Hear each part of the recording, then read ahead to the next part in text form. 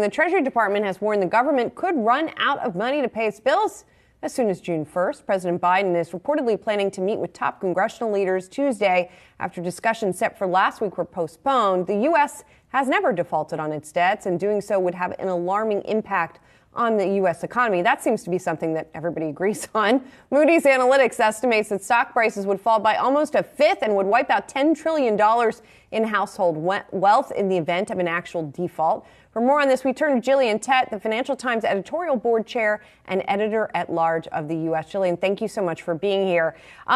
There are a lot of dire warnings out here, and yet, as we talked about earlier in the show with a market strategist, markets don't tend to react until late in the game, and then they sort of force the government's hand. Is that what's going to need to happen once again this time? Yeah, it's very frustrating indeed, because history shows that the only thing that can break through political gridlock and get Congress to back unpopular decisions is basically a markets crisis, a full-blown markets crisis. We saw that in 2008 with the financial crisis and the so-called TARP measures.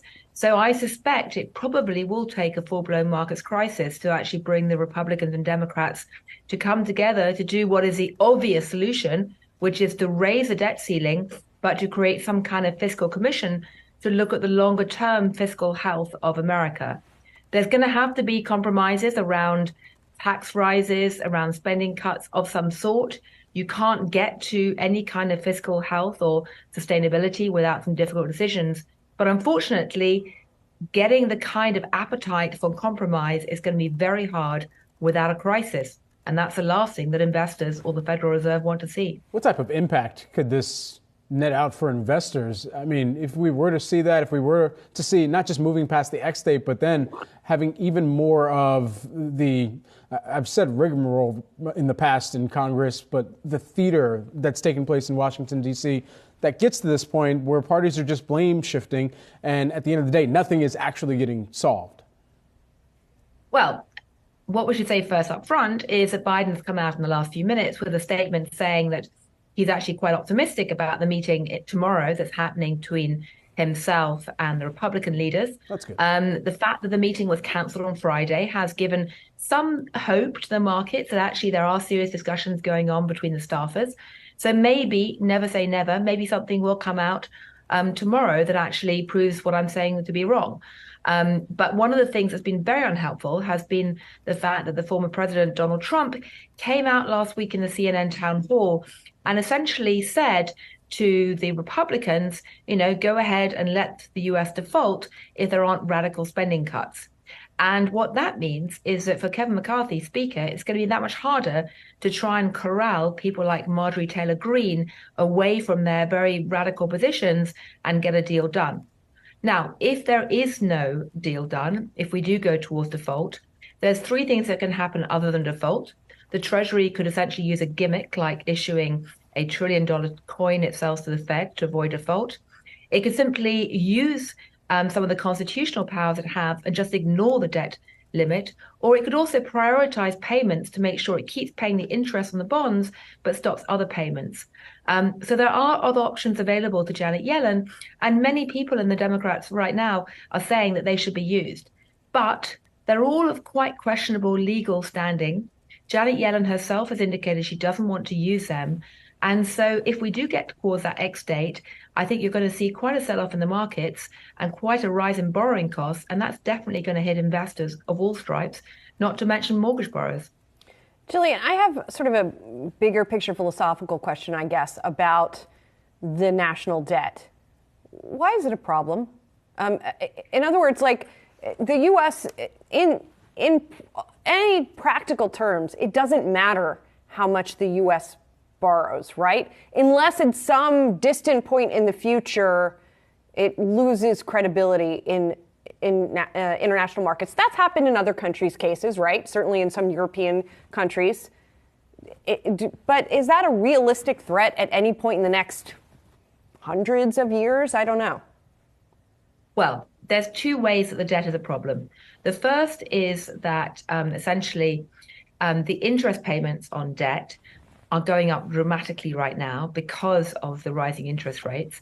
I mean, during the last, period since 2008, the interest rate payments on debt were incredibly low. In fact, remained low and stable, even though the amount of deficit actually tripled, or debt tripled overall. And that was because essentially the lower the interest rates, the smaller the interest payments. What's happening now is that as the rates rise, interest payments, the debt servicing costs are exploding to a point where they're eating up a significant chunk of the budget and essentially displacing other items on the budget that the government would like to pay for. So that's one problem. The second problem, and by the way, that problem's serious unless you believe that interest rates are going to go crashing back down again to almost zero. And it's very hard to make that case right now. The other problem, of course, is that if at some point the people who are buying debt stop buying it because they fear that they could be a default, then you end up with a very nasty scenario and essentially a self-reinforcing vicious cycle. At the moment, there isn't much sign of that. But what you have to remember are two things. Firstly, a very big buyer of debt in the last 10 years has been the Federal Reserve. And of course, that's going to be ending if the Fed is serious about embarking on quantitative tightening instead of quantitative easing. And secondly, the behavior of foreign investors right now is quite uncertain. What you've seen recently is that Chinese purchases of US Treasury bonds has fallen quite steadily. Japanese purchases have been fairly stable, but they could fall also going forward. And groups like the Middle East have been buying lots of treasuries, but somewhere like Saudi Arabia is starting to embark on a massive domestic investment plan, which means that the petrodollars may not be recycled to quite the same degree going forward. So it's entirely possible to imagine a world where the demand for US treasuries begins to taper off. And if the US keeps issuing more and more treasuries to basically increase the debt, you could again see rising market interest rates, more pressure, more questions about sustainability, and that would create problems too. And last but not least, there's also the issue that high government debts often crowd out private investment, and that's bad for innovation and dynamism.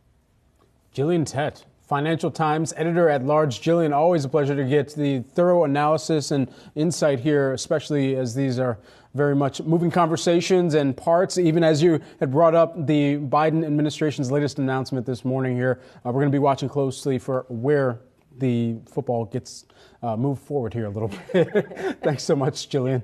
Take a sweepstake. I'm not too optimistic. We'll see. Thank you. Thanks so much.